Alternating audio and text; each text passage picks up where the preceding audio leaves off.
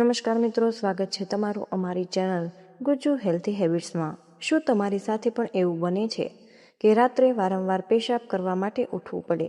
અડધી રાતે મીઠી ઊંઘમાંથી જ્યારે આખા શરીરને આરામની સૌથી વધુ જરૂર હોય ત્યારે જ પથારીમાંથી ઉઠવું પડે અને જ્યાં સુધી પાછા આવીને માંડ આંખ મળવાની શરૂઆત થાય ત્યાં ફરીથી જવાની ઈચ્છા થઈ જાય? જો હા, તો મિત્રો આજની આ વાત ફક્ત તમારા માટે જ છે। ઘણી એવી આદતો જે આપણામાંથી ઘણા લોકો અજાણતા કરતા હોય, જેનાથી આ તકલીફ ઓર વધી જાય। જે આદતો કઈ છે એ હું તમને વિડીયોમાં આગળ જણાવવા જઈ રહી છું। મિત્રો, રાતની સારી અને ઊંડી ઊંઘ શરીર અને મન બંને માટે એક વરદાન જેવી છે। આપણા પ્રાચીન આયુર્વેદ શાસ્ત્રમાં કહ્યું છે કે ત્રયોપસ્થ ફાયતે આહાર સ્વપ્ન બ્રહ્મચર્ય મિતિ, જેનો અર્થ એ છે કે આપણા સારા સ્વાસ્થ્યના 3 મુખ્ય થાંભલા છે। આહાર એટલે કે આપણે શું ખાઈએ છીએ, સ્વપ્ન એટલે કે આપણી ઊંઘ, અને બ્રહ્મચર્ય એટલે કે સંયમિત જીવન। જો આ 3માંથી એક પણ થાંભલો નબળો પડે તો સ્વાસ્થ્યની આખી ઇમારત ડગમગી જાય છે। ઊંઘ એ સમય છે જ્યારે આપણું શરીર આખા દિવસનો થાક ઉતારે છે અને પોતાની અંદરથી તૂટફૂટની મરમ્મત કરે, પરંતુ જ્યારે આ જ ઊંઘમાં વારંવાર ખલેલ પડે ત્યારે મિત્રો આખો બીજો દિવસ ભારે ભરે એવો ચીડચીડો અને થાકેલો અનુભવ થવા લાગે છે। રાત્રે વારંવાર પેશાબ આવવાની આ તકલીફને ડોક્ટરી ભાષામાં નોક્ટ્યુરિયા કહેવામાં આવે છે। આ કોઈ મોટો અઘરો શબ્દ નથી। નોક્સ એટલે કે રાત અને યુરિયા એટલે કે પેશાબ, બસ રાતનો પેશાબ। અને હા, આપણા વડીલો સાચું જ કહી ગયા કે આ કોઈ બીમારી નથી, પરંતુ મિત્રો આપણા શરીરની અંદર થઈ રહેલા કોઈ પણ ફેરફાર કે પછી કોઈ બીજી સ્વાસ્થ્ય તકલીફનું એક લક્ષણ હોઈ શકે છે। મોટાભાગના લોકો આની ઉંમરની એક સામાન્ય પ્રક્રિયા માનીને અવગણી દે છે, પરંતુ મિત્રો આવું કરવું બરાબર નથી। શું તમે પણ આની ઉંમરની નિશાની માનીને ચલાવી લ્યો છો? તો કમેન્ટમાં જણાવો, કારણ કે સારી અને ગાઢ ઊંઘ લેવી એ તમારો અધિકાર છે અને આ તકલીફનું સમાધાન શક્ય છે। આજે આપણે આ જ વિષય ઉપર આપણે ઊંડાણપૂર્વક વાત કરીશું। આપણે જાણીશું કે આવું શા માટે થાય છે અને ઘરે બેઠા આપણે એવા કયા નાના નાના ફેરફાર કરી શકીએ છીએ જેનાથી આપણને આરામ મળે। સૌથી પહેલાં એ સમજવું જરૂરી છે કે આપનું શરીર રાત્રે આપણને વારંવાર કેમ જગાડે છે। આના ઘણા કારણો હોઈ શકે અને જરૂરી નથી કે દરેક માટે એક જ કારણ હોય।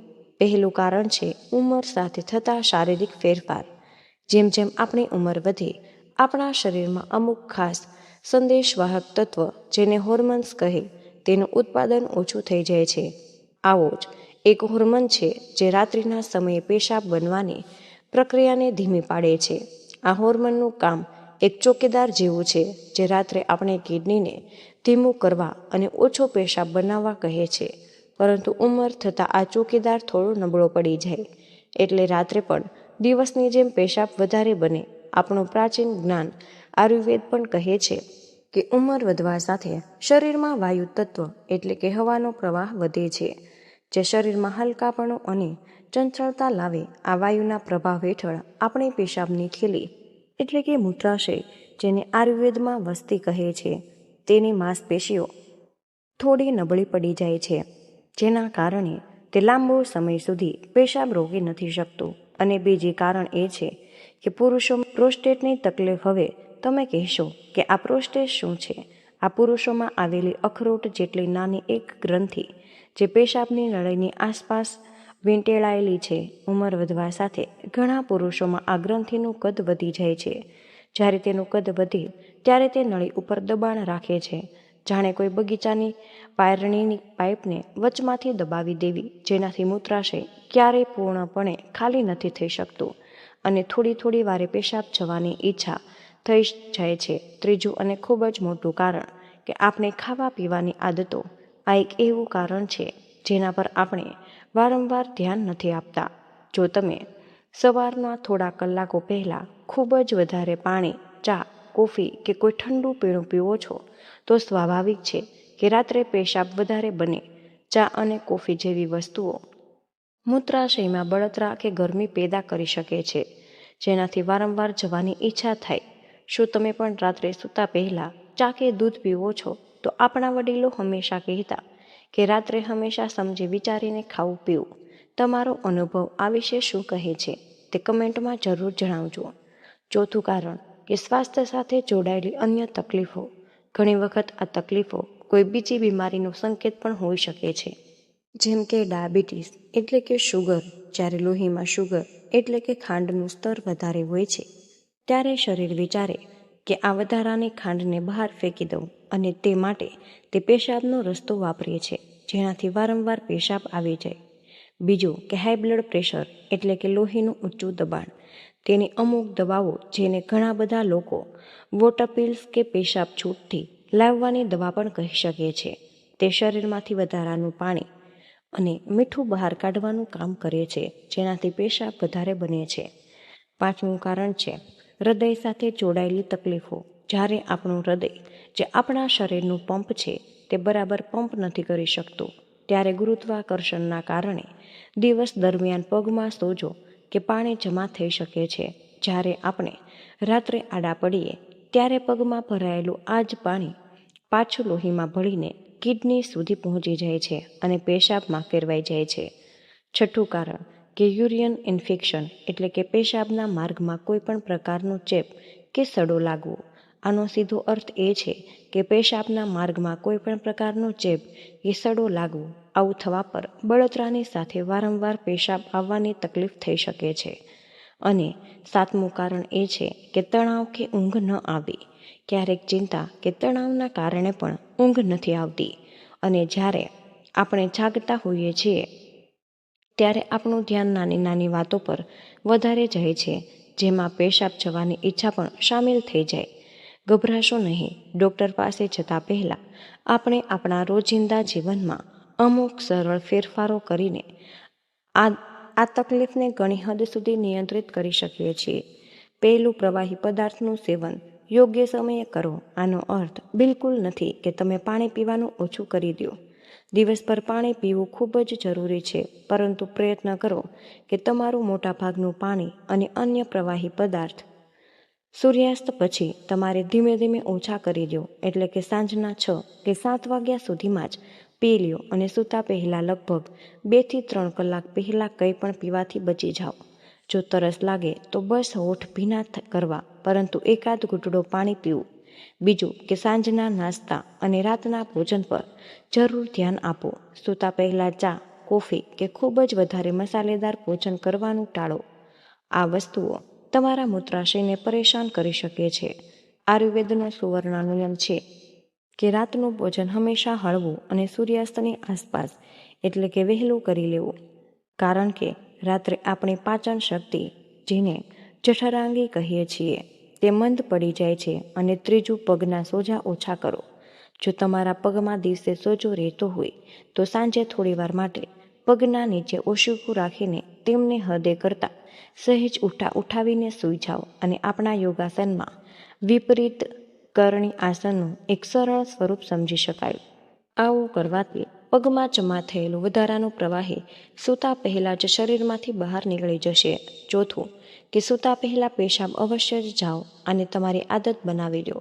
પથારીમાં જતાં પહેલાં એકવાર સંપૂર્ણપણે મૂત્રાશય ખાલી કરીને જ સૂવો.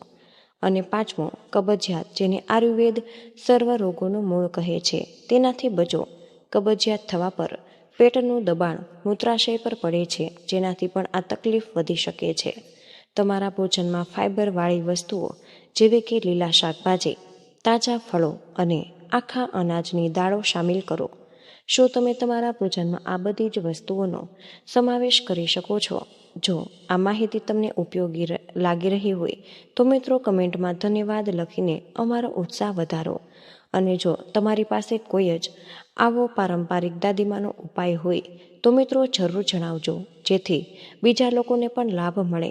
અને આપણું ભારત રસોડું તો એક જ મોટું ઔષધાલય છે. એવી ઘણી વસ્તુઓ હાજર છે જે આ તકલીફોમાં રાહત આપી શકે. પહેલું છે આમળા. મિત્રો, આયુર્વેદમાં આમળાને અમૃત સમાન ફળ કહ્યું છે. આમળા મૂત્રાશયની માંસપેશીઓને મજબૂત રાખે છે, સાથે જ શરીરમાંથી વધારાની ગરમી પણ ઓછી કરે, જે ઘણીવાર વારંવાર પેશાબ આવવાનું કારણ હોઈ શકે. તમે 2 ચમચી તાજા આમળાના રસમાં 1 ચમચી શુદ્ધ મધ મેળવીને સવાર સાંજ લઈ શકો છો. જો તાજા આમળા ન મળે તો આમળા પાવડરનો પણ તમે ઉપયોગ કરી શકો. બીજું છે ગોળ.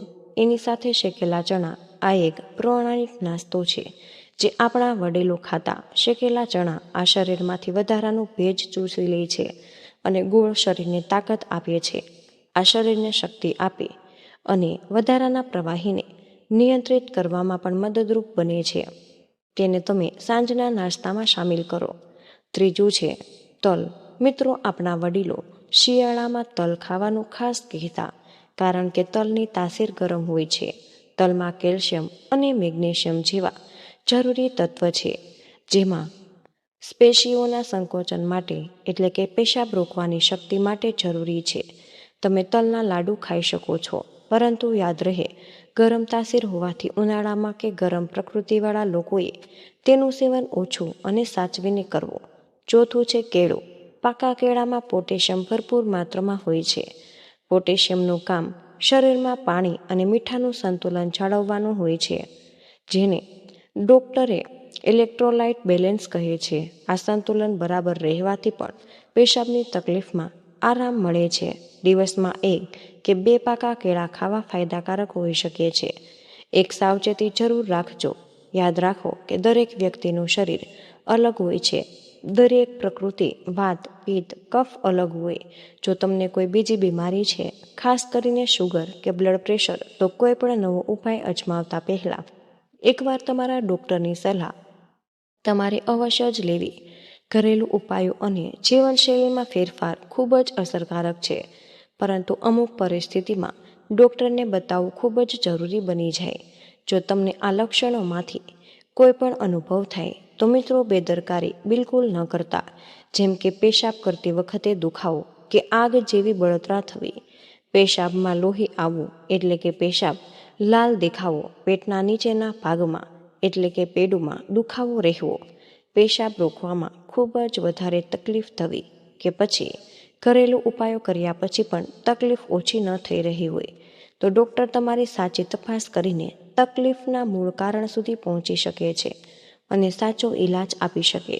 તો મિત્રો, આ વિડીયોમાં જણાવેલા તમામ ઉપાયો સામાન્ય માહિતી માટે છે. દરેક વ્યક્તિનું શરીર અલગ હોય. જો તમને કોઈ ગંભીર બીમારી હોય તો મિત્રો, અથવા કોઈ અન્ય દવા લઈ રહ્યા હોય, તો કોઈ પણ નવો ઉપચાર શરૂ કરતા પહેલાં તમારે તમારા ડૉક્ટરની સલાહ અવશ્ય જ લેવી જોઈએ. તો ચાલો આજની આ મહત્ત્વની વાતોને ફરી આપણે એકવાર તાજી કરી લઈએ. રાત્રે વારંવાર પેશાબ કરવા જવું પડે તો તેને આપણે ઉંમરની અસર માની લઈએ, પરંતુ આ તકલીફને મૂંગા મોટી સહન કરવાની બિલકુલ જરૂર નથી.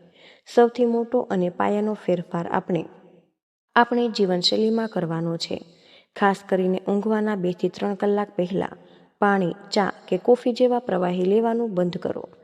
રાતનું ભોજન તમારે હંમેશા હળવું રાખવું અને બને તેટલું વહેલું લેવાનો આગ્રહ રાખવો. આપણા રસોડામાં રહેલી આયુર્વેદિક સંપત્તિ જેવી કે આમળા, શેકેલા ચણા અને તલનો સમજદારીપૂર્વક ખોરાકમાં ઉપયોગ કરો. તેમ છતાં જો સમસ્યા ગંભીર જણાય તો નિષ્ણાત ડૉક્ટરની મુલાકાત અવશ્ય જ લેવી, જરાય સંકોચાય વિના. હંમેશા યાદ રાખો કે તમારી ગાઢ ઊંઘ અને ઉત્તમ સ્વાસ્થ્ય અત્યંત મૂલ્યવાન છે, અને આપણા શરીરની સંભાળ રાખવી એ પણ ઈશ્વરની ભક્તિ કરવા સમાન જ પવિત્ર કાર્ય છે. આપણા વડીલોએ બહુ જ સચોટ કહ્યું કે પહેલું સુખ તે જાતે નર્યા, એટલે કે એક નિરોગી અને તંદુરસ્ત શરીર જ આ સંસારનું સૌથી પ્રથમ અને સાચું સુખ છે. તો મિત્રો, મને આશા છે કે આજનો આ વિડીયો તમને જરૂર પસંદ આવ્યો હશે, અને હા, વિડીયોમાંથી તમને કંઈક ને કંઈક નવું શીખવા મળ્યું હશે. તો મિત્રો, આજના વિડીયોમાં બસ આટલું જ. આજની આ માહિતી તમને કેવી લાગી અને આ વિડીયો તમે કયા શહેરમાંથી સાંભળી રહ્યા છો તે અમને કમેન્ટ બોક્સમાં જરૂર જણાવજો.